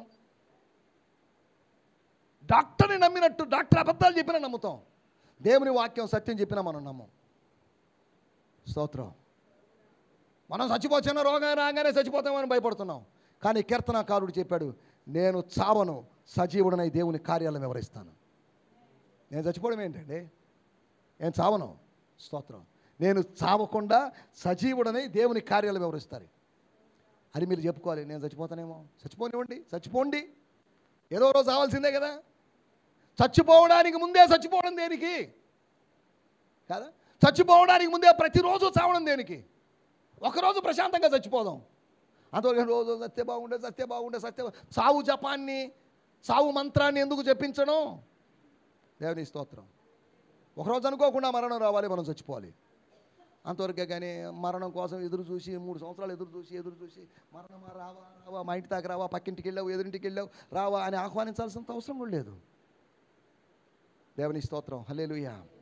3వ విషయాన్ని మనం ఆలోచిస్తున్నాం. వాళ్ళు ఏం చేశారంటే ఆ గడియలోనే వాళ్ళు లేచి అంటే ఏమని అర్థం? వారు యెరూషలేము నుంచి భయపడిపోయి వెళ్ళిపోయారు. యెరూషలేములో ఉండలేమండి, ఇంకా వేస్ట్ యెరూషలేములో ఉండడం. ఆయన ఉన్నప్పుడు యెరూషలేములో ఉన్నాం, బాగానే ఉంది. ఆయన లేనప్పుడు యెరూషలేములో ఉండే అర్థమే ఉంది. ఆయన మంచోడండి, చాలా మంచోడండి. 33.5 సంవత్సరాలు మా మధ్యలోనే ఉన్నాడు, 3.5 సంవత్సరాలు తిరిగాడు. కానీ ఏమైంది అని అడిగాడు ఈ 3వ వ్యక్తి. అమాయకంగా అడిగాడు. ఎవరా 3వ వ్యక్తి? వాళ్ళ మధ్యలో ప్రత్యక్షమైన వ్యక్తి. ఏమయ్యా, కొత్తోళ్ళలాగా ఉన్నట్టున్నావు, నీకు తెలీదా? ఎవరైనా? ఆయన కొత్తోడుగా వచ్చి, ఏమి తెలియనోడుగా వచ్చి, అమాయకుడిగా వచ్చి, రే మందమతులారా, అవివేకులారా. ఒక కొత్త వ్యక్తి మిమ్మల్ని తిడితే మీకు ఎట్టుంటుంది? తిట్టినట్టు తిట్టి స్టార్ట్ చేసి లేఖనాలు చెప్తున్నాడు. రే, ధర్మశాస్త్రములోను, కీర్తన గ్రంథములోను, ప్రవక్తల పుస్తకములో నన్ను గురించి రాయబడడం లేదా? అప్పుడు అర్థమైంది. స్తోత్రం. వాడు అడిగాడు పక్కన, రే నేను ఒకటి అడుగుతా, చెప్పు. ఆయన నీతో మాట్లాడుతున్నప్పుడు నీ ఫీలింగ్ ఏంటి? లోపల మంట. నాకు కూడా సేమ్ ఫీలింగ్. స్తోత్రం. ఆయన మాట్లాడుతున్నప్పుడు మంట పుడుతుంది మాకు. ఆయన దేవుని వాక్యాన్ని వివరిస్తున్నప్పుడు మంట పుడుతుంది. నేను ధ్యానించుచుండగా నాకు మంట పుట్టెను. కీర్తనకారుడు చెప్పిన మాట. మీకు మంట పుట్టాలి ప్రతిరోజు. అరక్క మంట పుట్టడం కాదు, ఆత్మలో మంట పుట్టాలి. అర్ధరాత్రి మంట పుట్టాలి మీకు. 3 గంటలప్పుడు మంట పుట్టాలి, 5 గంటలప్పుడు మంట పుట్టాలి. అవకాశం దొరికినప్పుడు మంట పుడుతూ ఉండాలి. మంట పుట్టినప్పుడు స్తోత్రం స్తోత్రం. ఏ మంట పుట్టినప్పుడు నిద్ర ఏమొస్తుంది? నయం అంటే ఏమంటే ఏది నయం అంటే ఉందా? ఎత్తపడిందా? ఉందా? దేవుని స్తోత్రం. హల్లెలూయా. రోగి దగ్గర ఉన్న పేషెంట్ ప్రశాంతంగా పండుకొని నిద్రపోతాడేమో. అటు కదిలితే నొప్పి, ఇటు కదిలితే నొప్పి అన్న పేషెంట్ నిద్రపోగలడా? రాత్రంతా దగ్గుతూ తుమ్ముతూ అబ్బా అబ్బా అంటున్న వాడు నిద్రపోగలడా? స్తోత్రం. హల్లెలూయా. నిద్ర రాకూడదు మీకు. అసలు దేవుని మందిరంలో అసలు నిద్ర రాకూడదు. నిద్ర ఎక్కడ వస్తుందో అని చెప్పేసి కొన్ని సంవత్సరాల క్రితం తెల్లవారుజామున 4:30కి లేచి చల్లటి నీళ్ళు ఊటీ దగ్గర స్నానం చేసేవాళ్ళం. చల్లటి నీళ్ళు స్నానం చేసేవాళ్ళం. ఆ స్నానం చేస్తుంటే తెలియకుండా ఇది అటు కుట్టుకునేది, అంత చలి. ఊటీకి 50 కిలోమీటర్ల దూరంలో అండి. ఇక వచ్చి ప్రార్థనలో కూర్చొని నిద్ర వస్తుందా? ఎట్ట వస్తుంది? కనీసం ఇంకో 10 గంటల నిద్ర రాదు. ఆ చలి దెబ్బకి, ఆ స్నానం దెబ్బకి. మీరు కూడా స్నానం చేసి రావాలి ఇంటి దగ్గర. ఆత్మలో బ్యాప్టైజ్ అయి రావాలి, మంటతో రావాలి. కొన్ని గంటలు చెప్పినా కానీ ప్రశాంతంగా వింటూ ఉండాలి. నిన్న విక్టర్ బాబు జిర్రాబారిపాలెం వెళ్ళి 2.5 గంట చెప్పాడు. వాళ్ళు చెప్పారు, నువ్వు 3 దాకా వాక్యం చెప్పాల్సిందే మాకని. ఒరే నాయన, 2.5 గంట ఎట చెప్పావు? వాళ్ళు మనకి ఇక్కడ అరగంట చెప్తేనే వాళ్ళు ముక్కుతూ వెనకాల ఉండే గోడ గడియాలని 10 సార్లు చూసి ఈయన చేస్తుంటారు. ఏమో సార్ విన్నారు, నాకు తెలియదు. నేను చెప్పేది 2.5 గంట చెప్పాడు ఇచ్చాడంట. దేవుని స్తోత్రం. హల్లెలూయా. The results of resurrection. Yesu ప్రభు యొక్క పునరుత్థానము యొక్క ఫలితాలు. 1, ప్రజలను మొక్కేటట్టు చేసింది. 2, పరిశుద్ధులకు పరిచరణ అప్పగించింది. 3, ప్రభు యొక్క శిష్యులను వెనక్కి రప్పించింది. ఆ గడియలోనే వారు లేచి, ఏం జరిగింది బాబు? ఆ గడియలోనే వాళ్ళు లేచి ఎక్కడికి వెళ్ళాలి? వాళ్ళు ఇంకా 4 అడుగులు వేస్తే ఎమ్మాయుస్ అనే ఊరు వస్తుంది. వద్దు, ఆ ఊరు వద్దు, ఇక వెళ్ళిపోదాం. లెట్స్ గో బ్యాక్, వెనక్కి వెళ్దాం. ఎక్కడికి వెళ్దాం? ఎందుకు యెరూషలేముకి వెళ్దాం? యెరూషలేములో మరియమ్మ గారు ఉన్నారు, యెరూషలేములో యోహాను ఉన్నాడు, యెరూషలేములో పేతురు ఉన్నాడు, యెరూషలేములో యాకోబు ఉన్నాడు, యెరూషలేములో యేసుప్రభు తిరిగిన స్థలాలు ఉన్నాయి, యేసుప్రభు బోధించినటువంటి మనుషులు ఉన్నారు. కాబట్టి వాళ్ళు తిరిగి యెరూషలేముకి వెళ్ళారు. పునరుత్థానము వాళ్ళని తిరిగి యెరూషలేముకు నడిపించింది. నీ జీవితంలో జరిగేటువంటి ఆత్మ సంబంధమైన పునరుత్థానము ఆ యెరూషలేముకు కాదు కానీ నూతన యెరూషలేముకు నడిపిస్తుంది. స్తోత్రం చెప్పరు మీరు? హల్లెలూయా. The resurrection will lead you, will take you back to Jerusalem. That's heavenly Jerusalem. పైనున్న యెరూషలేము. గలతీ పత్రిక 4:26 రాయబడింది. పైనున్న యెరూషలేము స్వతంత్రంగా ఉన్నది, అది మనకు తల్లి. కిందున్న యెరూషలేము దాస్యములో ఉంది. పైనున్న యెరూషలేము అంటే పరలోకాన్ని గురించి సింబాలిక్గా, అలంకార రూపంగా అలా చెప్పాడు. దేవుని స్తోత్రం, హల్లెలూయా. 4వ విషయం నేను చెప్పి ముగిస్తాను. ఏం చెప్పాను ఇప్పటిదాకా? నేను చెమటలు గక్కి, నేను గొంతు చించుకొని చెప్పడమే కానీ బెల్లం కొట్టిన రాళ్ళులాగా మీరు కూర్చోండి. 1, నెంబర్ 1, ప్రజలు ప్రభువును మొక్కేటట్టు చేసింది పునరుత్థానం. 2వది, ప్రజలకు పరిచర్యను అప్పగించింది. నమ్మిన వాళ్ళు, పాస్టర్లు కాదు, రెవరెండ్లు కాదు, నమ్మిన వారి వలన ఈ సూచక్రియలు జరగాలి. ఈ సంఘములో నమ్మినటువంటి మీ ద్వారా కార్యాలు జరగాలి. యేసునామములో మీరు రోగుల మీద, పాస్టర్ రావాలనే లేదు. దయ్యమాంటి వెళ్ళి ప్రార్థన చేసింది అనుకోండి, ఆ రోజు దయ్యమాంటి ప్రార్థన చేసింది, దయ్యం పోయింది. ఆ రోజు దయ్యమాంటి పోయింది, కిడ్నీ జబ్బు తగ్గిపోయింది అనే సాక్ష్యాలు రావాలి. మీ ద్వారా జరగవా? మీ ద్వారా జరుగుతూనే బైబిల్లో రాయబడింది. దేవుని స్తోత్రం. 3వ విషయం ఏం చెప్పుకున్నాం? ప్రభు యొక్క శిష్యుల్ని వెనక్కి రప్పించింది. ఎక్కడికో వెళ్ళావు, దూరదేశానికి వెళ్ళావు, అన్నంత దూరం వెళ్ళిపోయావు, బహుదూరం అయిపోయావు. కానీ దేవుడు నేను పిలుస్తాడు, కమ్ బ్యాక్. చాలా దూరం వెళ్ళిపోయాము, వచ్చేసి ఆరాధన లేకుండా, ప్రార్థన లేకుండా, వాక్య ధ్యానం లేకుండా, పరిశుద్ధత లేకుండా దూరంగా వెళ్ళిపోయాము. Come back. దూరదేశానికి వెళ్ళిపోయిన తప్పిపోయిన కుమారుడు కుమార్తెల్లాగా ఆ 2 శిష్యులు తిరిగి వచ్చేసారు. ఆ గడియలోనే సరేలే, కొద్ది రెస్ట్ తీసుకుందాంలే, కాసేపు పడుకుందాంలే, కాసేపు నిద్రపోతాం అనుకో. No, this is important. ఏమండి, మీకు యేసు ప్రభు తిరిగి లేచాడో లేదో మీకు నమ్మకం ఉందో లేదో? మరి మాకు నమ్మకం ఉంది. ఆయన మాకు కనిపించాడు. ఉండడే, మీకు కనిపించడం ఏంటి? పిచ్చి మాటలు. ఆడోళ్ళు ఏదో చెప్పింది పిచ్చి మాటలు అనుకుంటే మీరు కూడా, హలో, ఆ ఆడోళ్ళకి గుండెలు మండాయో లేదో మరి మాకు తెలియదు, కానీ ఇప్పటికీ కూడా ఆయన మాటలు ప్రతిధ్వనిస్తున్నప్పుడు మా గుండెలు మండిపోతున్నాయి. He's real, he's alive. మీరు నమ్మినా నమ్మకపోయినా మేము మాత్రం నమ్ముతున్నాం. దేవుని స్తోత్రం, హల్లెలూయా. 4వ విషయం చెప్పి ముగిస్తాను. యోహాను సువార్త 21వ అధ్యాయం 15, 16, 17 వద్దు, 18, 15, 16. స్తోత్రం. నా మాటలు ముగించేస్తున్నాను, క్యాటరింగ్ వాళ్ళు వచ్చేసారు.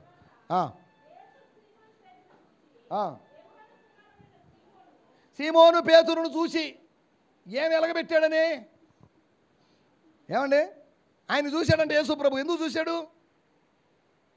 చూశాడంటే జాలితో చూసి ఉంటాడేమో అనిపిస్తుంది నాకు.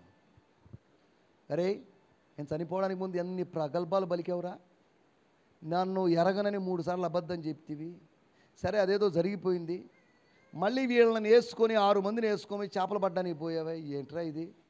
ఆయన చూపులో చాలు ఒక ఉపదేశం ఉంటుంది, ఆయన చూపులో ఒక సందేశం ఉంటుంది, ఆయన చూపులో గద్దింపులు ఉంటాయి. ఆయన చూస్తే చాలండి. ఒకసారి ఆయన తిరిగి చూశాడు, పేతురు వెక్కి వెక్కి ఏడ్చాడంట. ఏమనలా, అరే దుర్మార్గుడా, నీలాంటి వాడిని శిష్యుడిగా తీసుకుందుకు నేను అన్నాడా? అన్నట్టుగా చూశాడేమో కాదా? ఎవరో ఒక ఆయన ఆయన మంచోడు కాదండి, ఆయన చూపు మంచి కాదండి, ఆయన చూస్తుంటే బూతులు తిడుతున్నట్టు ఉంటుంది. చూపు ఏంటంట? అదేందో మరి నాకు అర్థం కావట్లేదు. అతని చూపు అలా ఉంటుందండి. యేసు చూపు, నేను నిన్ను ఏర్పాటు చేసుకున్నాను, నేను నిన్ను పిలిచాను, కానీ నువ్వు చేస్తున్న పని ఏంటి? యేసు ఎవరో నాకు తెలియదని చెప్పావే కాదా? దేవుని స్తోత్రం, హల్లెలూయా. 4వ విషయం, పేతురుని ప్రభు అడిగాడు, నువ్వు నన్ను ప్రేమిస్తున్నావా? ఎందుకు అడిగాడు? ఈ ప్రేమించేవాడైతే ఎందుకు 3 సార్లు అబద్ధం చెప్తాడండి? అందరూ మాటల వరకు ప్రేమించడం చేస్తారు, క్రియల్లో ఎవరు ప్రేమిస్తారు? మనకు కావాల్సిన క్రియాత్మకమైన ప్రేమ, కానీ మాటల్లో ఐ లవ్ యూ అండి, ఐ లవ్ యూ. ఒక ఆమెకు ఒళ్ళు మండింది తెలియలాకి, ఎందుకయ్యా ఊరికే ఐ లవ్ యూ అని చెప్తావు బావా, సంసోన్ బావా? ముందు ఆ సీక్రెట్ చెప్పవా స్వామి, సీక్రెట్ చెప్పాకండి. భార్యలకి సీక్రెట్ చెప్తే మీరంతే అలాగైపోతారు సంసోన్ లాగా. స్తోత్రం. మా అమ్మకే చెప్పలేదు, మా నాన్నకే చెప్పలేదు, నువ్వెంత నిన్నగాక మొన్న వచ్చిందానివి. బాబా నువ్వు నిజంగా లవ్ చేస్తున్నావా? Do you love me really? Yes my, నాకు నువ్వే నా ప్రపంచం. నా మొదటి భార్య చెల్లిని నాకు అంట కడతామన్నా కానీ, పెళ్లి చేస్తామన్నా కానీ నో అని నిజాయితీగా నిలబడ్డా నేను. I love you very much. కానీ నేను ఒకటి అడిగింది చేస్తావా? ఏంటి? రహస్యం. అందరూ డబ్బులు అడుగుతుంటే ఏమో రహస్యం అడిగింది. మాయ అదొకటి అడగొద్దని నీకు ఎన్నిసార్లు చెప్పాను నేను. నువ్వు ఏమైనా అడుగు, ఆస్తిలో సగం రాసిమన్నా రాసిస్తాను, కానీ రహస్యం అడుగుతావేంటి? ఒకరోజు తాను విసిగిపోయాడట, చెప్పేశాడు. దానివల్ల ఏమైంది? రహస్యం చెప్పడం వల్ల ఏమైంది? ఆమె విధవరాలైంది. స్తోత్రం, హల్లెలూయా, స్తోత్రం, హల్లెలూయా, స్తోత్రం. రహస్యాలు అడగొద్దు. కొంతమందికి ఇదే పని, ఎక్కడికి పోతున్నావు, ఎప్పుడు పోతున్నావు, ఎన్ని గంటలకి, ఆ మలుపు తిరంగానే ఆడున్నావు. ఓ భార్యాభర్తలు పేర్లు చెప్పను కానీ ఫోన్లోంచి సౌండ్ వస్తుంది, ఆడున్నావు అంటుందేమో. ఉన్నాలే ఇక్కడే. అడిగాను, మీరు మాట్లాడుకున్నారా? మీరు మాట్లాడుకున్నట్టుగా నాకు కనిపించలేదు, మీరు పోట్లాడుకున్నట్టు కనిపిస్తుంది. ఈరోజు మాటలు కూడా ఎలా ఉన్నాయంటే, ప్రేమగా ఏమ్మా ఎలా ఉంది, ఏమ్మా కాల్ చేసావు బుజ్జి బంగారు అని అంటే ఎంత మాట, ఎడన్నావు ఎడొస్తావు నువ్వు. ఒక పాస్టర్ గారు అయితే అన్నా అనూష అన్నా మాట్లాడనా, వాళ్ళ భార్య పేరు అనూష, వచ్చేసి మీ భార్యతోనే మాట్లాడేదండి అన్నా, మాట్లాడినా ప్రైజ్ లాడన్నా, బాగున్నారన్నా? బాగున్నా, చాలా రోజులైంది నా మిమ్మల్ని చూసి, రండి నా చర్చ్కి. ఏమొక అంత ప్రేమో అని అనుకుంటున్నాను నేను. పోనీళ్ళు అలాగా మనల్ని ప్రేమించేవాళ్ళు కొంతమంది ఉన్నారని. తర్వాత అర్థమైంది ప్రేమ కాదు, అనుమానం అని. ఎక్కడున్నావు అంటే, సంతోషన్న దగ్గర ఉన్నానమ్మాయి. బే నేను నమ్మను అంటుందామా. ఇదిగో అన్నకిస్తా మాట్లాడు. అన్నకిస్తే నాతోనే ఉన్నాడమ్మా, నో డౌట్. ఒక గంట సేపు నుంచి ఉన్నాడు. సార్ గంట అని చెప్పమంటారా, 2 గంటల నుంచి అని చెప్పమంటారా? నాతోనే ఉన్నాడమ్మా అంటే మన మీద ప్రేమతో ఆమె చేయలేదు, భర్త మీద అనుమానంతో ఆయన చెప్పింది నిజమా కాదా అని కన్ఫర్మ్ చేసుకోవడానికి మనకు ఫోన్ చేసింది. మళ్ళీ ప్రైజ్ రాడన్నా, బాగున్నారన్నా, చాలా కాలం అయిందన్నా మిమ్మల్ని చూసి. ఈ మాటల్లో పడిపోయి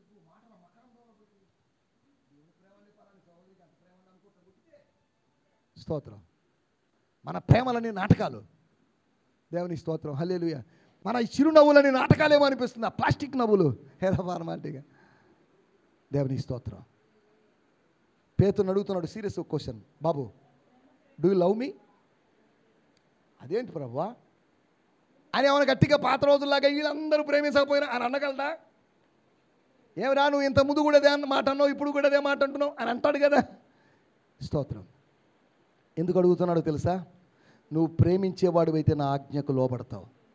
ఆ రోజు నిన్ను మనుషులను పట్టు జారులుగా చేస్తా అని చెప్పాను, నన్ను వెంబడించమని చెప్పాను. కానీ నన్ను వెంబడించకుండా, పరిస్థితులను చూసి నన్ను కాదనుకొని, నా సహాయం లేకుండా, నా సాన్నిధ్యం లేకుండా 50 మంది శిష్యులు ఒక చోట ఉన్నారు.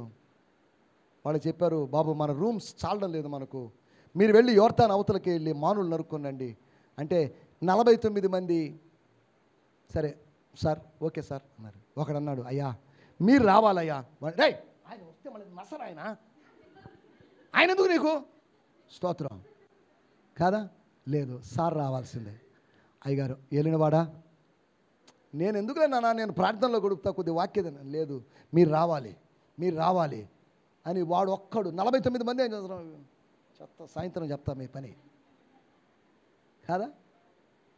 ఆయన వచ్చాడు, మానుడు నరుకుతున్న గొడ్డలి నీళ్ళలో పడింది. ఆయన వచ్చాడు కాబట్టే కదా తిరిగి లేచింది.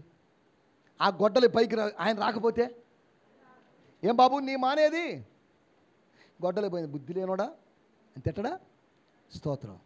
ఇప్పుడు ఒక అద్భుతం జరిగింది, నీళ్ళలో నుంచి ఇనుము తేలింది. బోధకుడుంటే, మన గురువు ఉంటే అద్భుతం జరుగుతుంది. తేలాల్సినవి తేల్తాయి. 12 రోజులైనా 20 రోజులైనా ఇంకా తేలలేదంట. హత్యో ఆత్మహత్యో అనేది తేలలేదంట. ప్రమాదమో లేకపోతే హత్య అనేది ఇంకా తేలకపోవడం మీద బుద్ధి లేని వాళ్ళరా. ఆ గొడ్డలు ఎన్ని రోజులకి తేలింది? అప్పటికప్పుడే తేలింది. చచ్చిపోయిన శవం ఎన్ని రోజులకి తేలుతుంది? 3వ రోజు లేస్తుంది. కానీ ఇది ఈ వాస్తవము 21 రోజులైంది. మార్చి 24 జరిగింది. ఇంతవరకు తేలలేదు. ఇది తేలకుండా మీరేమో మాట్లాడినా తాట చేస్తామని ప్రభుత్వం బెదిరిస్తుంది. చూడండి ఎంత అన్యాయం. బోధకుడున్నాడు, తేలాల్సింది తేలింది. యేసు ఉన్న చోట నీ జీవితంలో తేలాల్సింది తేలిపోద్ది. స్తోత్రం, హల్లెలూయా. పేతురు, I'm asking you seriously one question, final question. నువ్వు నన్ను ఏదైనా అడిగావు, నన్ను ఏదో అడిగావు, చాలా అడిగావు, కానీ నిన్ను ఒకే ఒక క్వశ్చన్ అడుగుతున్నాను. డూ యూ లవ్ మీ? ఏమన్నాడు? నిజమేనా? అవును ప్రభు మంచోడు కాబట్టి నా బోటోడికి అయితే ఏంద్రా నువ్వు నన్ను ప్రేమించేది, 4 ఉతికిండేవాడిని. ఇక వీడు శిష్యుడిగా ఉండడానికి యోగ్యుడు కాదని పేతురుని డిస్మిస్ చేసిండేవాడిని. మనకు తెలిసిన విద్య అదొకటి డిస్మిస్సేగా. వెలివేయడమే కదా మనకు తెలిసిన విద్య, ద్వేషించడమే కదా మనకు తెలిసిన విద్య. ఏమంటే మనకు తెలిసిన విద్యలు ఇవేగా. ప్రేమించే విద్య మనకు తెలియదు, ద్వేషించే విద్య మనకు తెలుసు. మనకు మరో స్నేహితునికి, మరొక సహోదరికి, మరో సహోదరునికి మధ్యలో ప్రేమ ప్రతీకారాల్ని ఎరికో గోడల్లాగా కట్టుకోవడం మనకు తెలుసు. ఆ గోడల్ని కూల్చుకోవడం మనకు తెలియదు. ఏమంటే మనకు తెలుసా? స్తోత్రం. గోడలు కట్టుకుంటున్నాం కానీ వంతెనలు కట్టుకోవడం లేదు. ఇది మన అనుబంధం. ఇద్దరు మనుషుల మధ్యలో వంతెనలు కట్టాలి కానీ అడ్డు గోడలు కట్టకూడదు. వంతెన కట్టారా, అటు నుంచి ఇటు, ఇటు నుంచి అటు వెళ్తారు. కానీ అడ్డు గోడలు కడితే దేవుని స్తోత్రం. 4వ విషయం మీకు జ్ఞాపకం చేస్తున్నాను. ఏం జరిగింది అక్కడ? What is the result of resurrection? మొట్టమొదటి రిజల్ట్ ఏంటి? It made the people to worship. రెండోది, it gave ministry to the children of God. మూడోది, it brought back the disciples. శిష్యుల్ని వెనక్కి రప్పించింది. 4వది ఏం జరిగింది? ఒక పిలుపు, పరిచర్య. God restored the ministry and the calling. మళ్ళీ చెప్తున్నాను పేతురు, నేను వెళ్ళిపోతాను. నిన్ను పిలిచింది ఎందుకో తెలుసా? ఈ చేపలు పట్టడానికి కాదు, మనుష్య మత్స్యములను పట్టడానికి నేను నిన్ను పిలిచాను. ఓపిక పట్టకుండా అపోస్తుల కార్యములు 2వ అధ్యాయంలో సువార్త వలను విసిరాడు. ఆ వలలో 3000 చేపలు వచ్చాయి. యోహాను సువార్త 21వ అధ్యాయంలో 153 పెద్ద చేపలు వచ్చాయి. కానీ అపోస్తుల కార్యములు 2వ అధ్యాయంలో 3000 పెద్ద చేపలు. దేశ విదేశాల్లోంచి వచ్చిన చేపలు వచ్చేసాయి. అరబ్బీలు వచ్చారు, క్రేతీలు వచ్చారు, మాదీలు వచ్చారు, పార్తీలు వచ్చారు, యూదులు వచ్చారు, యూదా మత ప్రవిష్టులు వచ్చారు, రోమీలు వచ్చారు. ఏమంటే లేరా? లిబీలు, పార్థేనీయులు. ఏమంటే లిస్ట్ లేదా? స్తోత్రం, హల్లెలూయా. ఒకే వలలో ఇన్ని చేపలు పడ్డాయి. ఒకే సంఘంలో ఆ క్యాస్ట్ వాళ్ళు, ఈ క్యాస్ట్ వాళ్ళు, లో క్యాస్టు, హై క్యాస్టు, మిడిల్ కన్నా కాస్త పైన క్యాస్టు, మిడిల్ కన్నా కాస్త తక్కువ క్యాస్టు, ఇన్ని క్యాస్ట్ వాళ్ళు దీంట్లోకి వచ్చేస్తున్నారు. దేవుని స్తోత్రం, హల్లెలూయా. He restored the ministry. నీకు అప్పగించిన పిలుపు, నీకు ఇచ్చిన పిలుపు. బాబు, నువ్వు నన్ను ప్రేమిస్తున్నావు, సరే, నువ్వు ప్రేమిస్తున్నావా లేదా, ప్రేమించలేదు అని నిరూపించగలను, వద్దు, నిరూపణలు వద్దు. నీవు నాకు ఒక చిన్న హెల్ప్ చేయి. నా గొర్రెలను మేపుము, కాయము. నువ్వు ప్రేమిస్తున్నట్టయితే బాధ్యతగా వ్యవహరించు. ప్రేమిస్తున్న వాళ్ళందరూ బాధ్యతగా వ్యవహరించాలి. ఏమండి? భర్తలు బాధ్యతగా వ్యవహరించాలి, భార్యలు బాధ్యతగా వ్యవహరించాలి, బిడ్డలు బాధ్యతగా వ్యవహరించాలి. ప్రేమ అంటే బాధ్యతగా వ్యవహరించడమే కానీ బాధ్యత రహితంగా ఉండడం కాదు. కదా? 20,000 తల్లి పెన్షన్ తిన్నావే, ఆ తల్లిని చూసుకోలేవా? నిన్న రాత్రి అదే చెప్పింది. నేను పాస్టర్ని కాకపోతే వాడిని కుట్టి చంపేసిండేవాడిని. 20,000 రూపాయలు ఆమె డబ్బులు తీసుకుంటూ చచ్చిపో చచ్చిపో చచ్చిపో అని అంటున్నావే. దేవుని స్తోత్రం. ఎంత బాధాకరమైన విషయం. మీ నాన్న ఉద్యోగం నీకు వచ్చింది, నువ్వు అనుభవిస్తున్నంత, ఇంకా మళ్ళీ ఆడపిల్లల మీద పడి వాళ్ళు డబ్బులు ఇవ్వలేదని నువ్వు బాధపడడం ఏంటి? ప్రజలు ఎంత అన్యాయంగా బతుకుతున్నారు. 60,000 70,000 సంపాదిస్తున్నాడు, తాగుడికి బానిసై దరిద్రంగా బతుకుతున్నాడు. 60,000 సంపాదించుకుంటే ఎట్లా ఉండాలంటే రాజు బతికినట్టు బతకాలి కదా? ఇక్కడ 10,000 20,000 సంపాదించుకుంటే రాజులాగా బతుకుతున్నారు. కానీ 60,000 సంపాదించుకుంటున్నారు, సిగ్గు శరం లేకుండా బతుకుతున్నారు కొంతమంది. బాధతో చెప్తున్నాను నేను, మిమ్మల్ని ఎవరు తప్పు పట్టాలని కాదు. దేవుని స్తోత్రం. If you love me you feel the responsibility. ఏది బాధ్యత? ఇది మీరు ప్రభువుని ప్రేమించినట్టయితే, ఈ మందిరాన్ని ప్రేమించినట్టయితే దీని పట్ల మీకు ఏదో రెస్పాన్సిబిలిటీ ఉంటుంది. ఏదో గెస్ట్ లాగా వచ్చి కూర్చొని వెళ్ళిపోవడం కాదు. మ్యాట్స్ ఎవరు వేస్తారు, ఎవరు ఊడుస్తారు, ఎవరు టాయిలెట్స్ క్లీన్ చేస్తారు? మీరు వస్తారని టాయిలెట్స్ బాగుండాలి, నేను క్లీన్ చేస్తున్నాను టాయిలెట్స్. ఎక్కడ బ్యాడ్ స్మెల్ వస్తుందేమో అని చెప్పేసి ఆ ఫినాయిల్ నేను కొడుతున్నాను. అలా చేసినంత మాత్రం నాకేం జీతం ఇవ్వకుండా పోరు ఎవరు, నాకు వచ్చేది నాకు వస్తూనే ఉంటుంది. కానీ రెస్పాన్సిబిలిటీ, ఇట్స్ మై రెస్పాన్సిబిలిటీ. రోడ్లు ఊడుస్తున్నాను, ఇట్ ఈస్ మై రెస్పాన్సిబిలిటీ. ఆ చెప్పులు స్టాండ్ మీద పెడుతున్నాను, it's my responsibility. This is my church, this is my family, this is God's family. ఇది దేవుని సంఘం, వీళ్ళందరూ దేవుని బిడ్డలే. మీకు వడ్డించడానికి ఎందుకు సిద్ధపడుతున్నారో తెలుసా? మీరు ఏదో హీరోలు, వీరులు, సూరులని కాదు, మీరు దేవుని బిడ్డలని. నేను దేవుని బిడ్డని, మీరు దేవుని బిడ్డని. కాబట్టి అవసరమైతే మీ ఇంటికి వచ్చి టాయిలెట్స్ క్లీన్ చేయడానికి కూడా నేను రెడీ. దేవుని స్తోత్రం. ఓ పాస్టర్ గారి ఇంటికి వెళ్ళాను, నాకు అక్కడ టాయిలెట్ కూర్చోబుద్ధి కాలేదు. వెంటనే ఒక పిల్లల్ని పిలిచి అర్జెంట్కి వెళ్దాం, బైక్ తీసుకుని వెళ్దాం అని. అక్కడికి వెళ్ళి ఒక హార్పిక్ కొనుక్కొని, ఒక చీపురు, ఒక బ్రష్ అన్ని కొనుక్కొని ఇచ్చి అన్ని కవర్లో పెట్టుకొని తీసుకొచ్చి క్లీన్ చేసి పోయేటప్పుడు ప్రార్థన చేసి వాళ్ళు చెప్పారు, సారీ పాస్టర్ గారు. ఎందుకమ్మా? మీరే అన్నీ తీసుకున్నారు, మీరేం చేశారు? అయితే టాయిలెట్ నేను వస్తున్నాను క్లీన్ చేసి పెట్టాలిగా, మీరు పెట్టలేదే. సరే దాని ఏముందమ్మా, నేను 2 రోజులు ఉన్నాను, దాన్ని వాడుకున్నాను, దానికి ముందు నేను శుభ్రం చేసుకున్న దాంట్లో నాకు తప్పు అనిపించలేదు, నాకు దాంట్లో సంతోషం అనిపించింది. దేవుని స్తోత్రం. మన పనులు మనం చేసుకుందాం. ఆడపిల్లలు ఎంత బాధ్యతగా వివరించాలి. 9 గంటలు లేచి ఆడపిల్లలు లేవాలి, ఉదయం వాని గురించి ఏమైనా చెప్తే బాధ. మా నాన్న 6 తర్వాత నిద్రపోనిచ్చేవాడు కాదు. 6 తర్వాత పప్ప 3 గంటల నిన్ను ఎవడు పనుకోమన్నాడు, 6 గంటలు లేయాల్సిందే, అంతే. 6 గంటలు దాటి పనుకోవడానికి వీల్లేదు, అది కండిషన్. మా డాడీ అంత స్ట్రిక్ట్గా మమ్మల్ని పెంచాడు కాబట్టి ఇలా ఉన్నాం. స్ట్రిక్ట్ లేకుండా పెంచితే వీళ్ళ పరిస్థితి ఏంటి? 9 దాకా లేచేది, 9 గంటలు లేచేది నాకు అర్థం కావట్లేదు.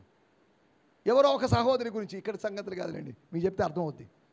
9:30కి వాళ్ళ ఇంటి ముందు తిరుగుతున్నాను, పిలిస్తే తలుపు తీయలేదు, ఫోన్ వస్తే ఫోన్ మాట్లాడుతూ తిరుగుతున్నాను. కాసేపటి సాయంత్రానికి ఫోన్ చేసి ఆ సహోదరి, అన్నా మీరు నాకు ఉదయం కల్లో వచ్చారు, మా ఇంటి ముందు ఫోన్ మాట్లాడుతూ తిరుగుతున్నారని. వచ్చే పిచ్చి మొఖం దానా, మీ ఇంటి ముందు నేను తిరిగాను. నేను కల కాదు అది, నాకు కల వచ్చిందనా? కల కాదమ్మాయి, నేను వచ్చాను నీకోసం 9:30 నన్ను నిద్రపోతున్నాను, నేను ఫోన్ వస్తే నేను అటు ఇటు తిరిగి నువ్వు లేచేటట్టు లేవని వచ్చాను నేను. ఇక్కడ సంగతి కాదులేండి, మళ్ళీ మీరు ఏదో అనుకున్నారు. ఏది? Where is your responsibility? మీ యొక్క బాధ్యత ఏది? పేతురు, నువ్వు నన్ను ప్రేమిస్తే ఏం చేయాలి ఇప్పుడు? నువ్వేదో మళ్ళీ సిలువమయ్యి, నువ్వు మళ్ళీ కొండ మీదకి ఎక్కు, మళ్ళీ కఠినతరమైన బాధ్యతలు కాదు. ప్రభు దాసుడైనటువంటి పేతురు యొక్క పిలుపుని, పరిచర్యను ఆయన పునరుద్ధరించాడు. He restored the ministry and the calling. ఒక్క మాట చెప్పి ముగిస్తాను, చదవండి. అందుకనే పేతురు గారు చెప్పినట్టు ఒక ప్రాముఖ్యమైన మాట, 2 పేతురు పత్రిక 1వ అధ్యాయం 10వ వచనం. 2 పేతురు పత్రిక